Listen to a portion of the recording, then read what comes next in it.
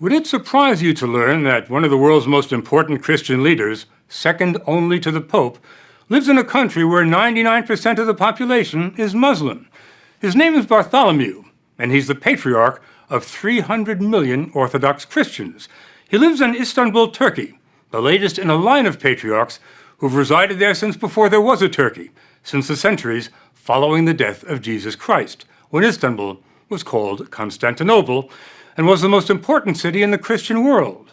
But times change, and as we said last December, when we first broadcast this story, in modern Muslim Turkey, the Patriarch doesn't feel very welcome. In the past, the authorities there have seized Christian properties and closed Christian churches, monasteries, and schools. His parishioners are afraid that the future of their church, the oldest of all Christian churches, and its Patriarch, will be threatened. The story will continue in a moment.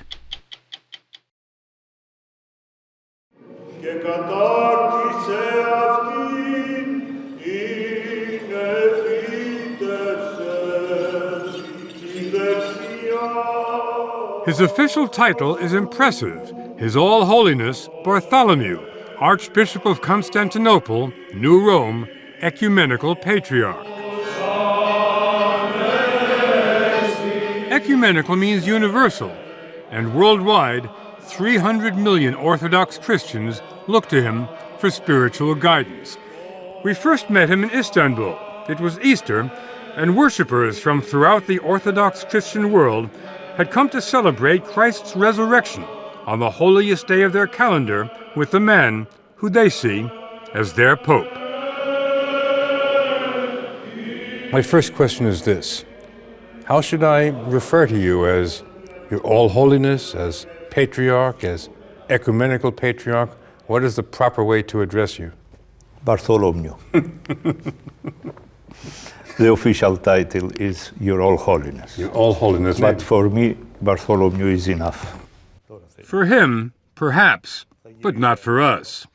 And while His All Holiness may occupy the ecumenical throne, his quarters are a far cry from the Vatican.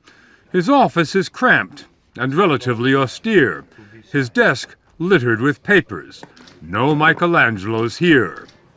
All that's left of a Christian empire, once ruled from Istanbul, is a complex of 9 buildings, tightly squeezed onto less than an acre of land.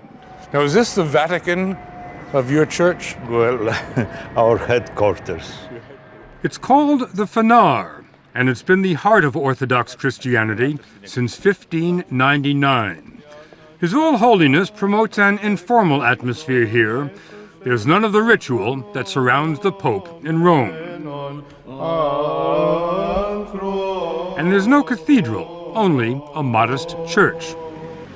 The neighborhood that surrounds it used to be Greek and Christian, but today is predominantly Muslim. I think a lot of people would want to know, Your All Holiness, why the leader of so many millions of Orthodox Christians in the world lives in a country that is 99% Muslim. Because we are here before this country becomes a Muslim country, much earlier, since the very beginning. Since the very beginning of what? Of the foundation of our church, of the Church of Constantinople. And in the beginning, Istanbul was called Constantinople, the ancient city on the Bosphorus, where east meets west. The city's skyline is dominated by minarets. At Friday prayers, the mosques are teeming.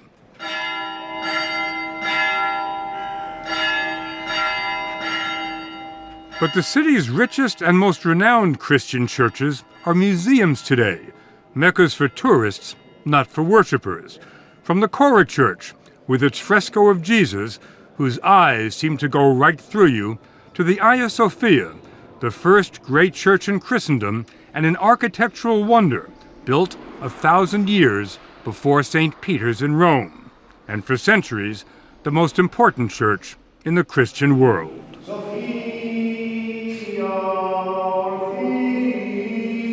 Fast forward a few centuries, and it's hard to find Christians in Istanbul. This church holds 500 people, but during its Sunday services, its pews were practically empty. It was the same everywhere we went. At the turn of the last century, there were nearly 2 million Orthodox Christians in Turkey. 1.5 million were expelled in 1923, and another 150,000 left after violent anti-Christian riots in Istanbul in 1955. Today, in all of Turkey, there are only 4,000 Orthodox Christians left. We are treated as citizens of second class. You're treated as second-class citizens. And we don't feel that we enjoy our full rights as Turkish citizens. If you're treated as second-class citizens here, and you are Greek, why don't you go to Greece? Because we love our country, we are born here, we want to die here. We feel that our mission is here, as it has been for 17 entire centuries. 17 centuries. 17 centuries. And I wonder why the authorities of our country do not respect this history.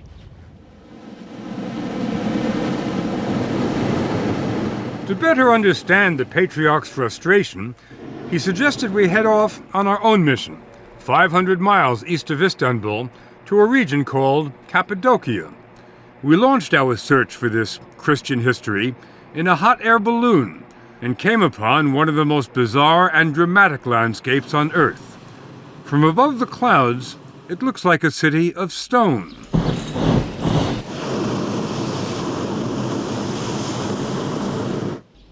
And when you approach the cliffs, you see doors and windows carved by hand into the rock, eons ago. It's extraordinary enough from the outside, but open one of the doors and step inside, and you enter a world of unfathomable beauty. Chapels with frescoes painted while Rome was still ruled by the Caesars, and Bethlehem and Nazareth were dusty little towns. Are there any Christian remains as old as this in the Holy Land, in Jerusalem or Bethlehem? Not that I know of. Our guide, Sevim Karabayik, told us much to our surprise that one of the Gospels was written in Turkey, and that 3 of the apostles spread the word here. There are hundreds of these churches in Cappadocia, where Christians sought refuge from persecution, the oldest built in the 5th century, when Christianity was in its infancy. Do you think many Christians realize it all started here in Turkey? Personal experience? No. It all started in the Holy Holy Land Land, because but that's where Jesus is that's from. where it's taken shape. Nobody disputes that. But the Christian religion began in Turkey. In Anatolia, in Turkey.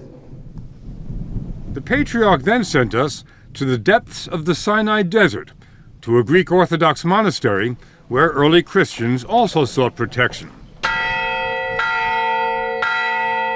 It's called St. Catherine's, and it's located at the foot of Mount Sinai, where, according to tradition, Moses received the 10 Commandments. It's the oldest functioning monastery anywhere.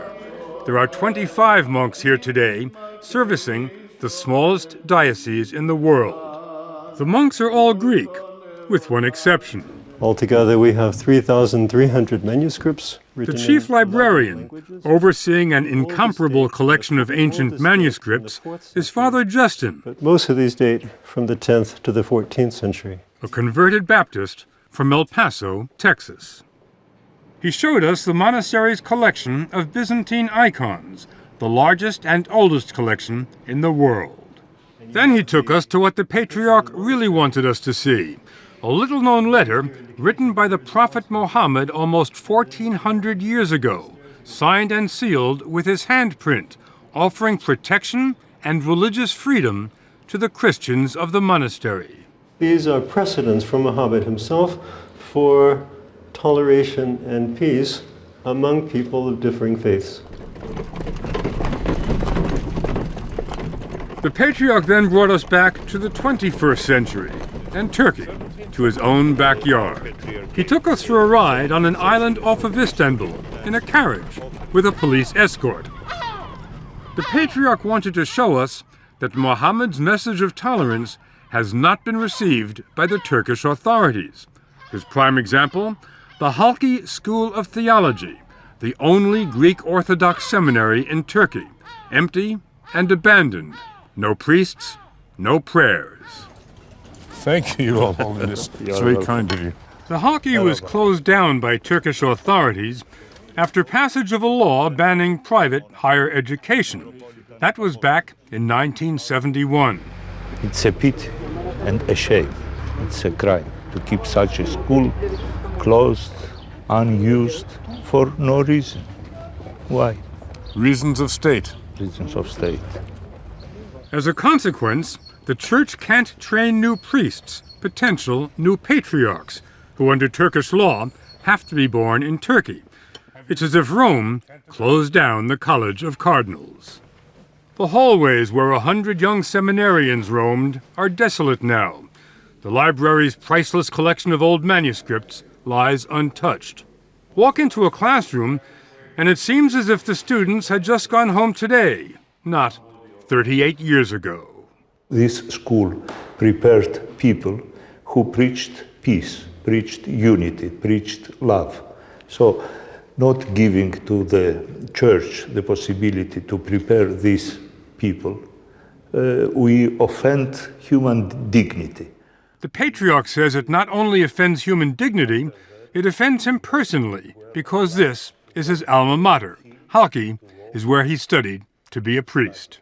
So you studied in a classroom just like this? Yes, for 7 years.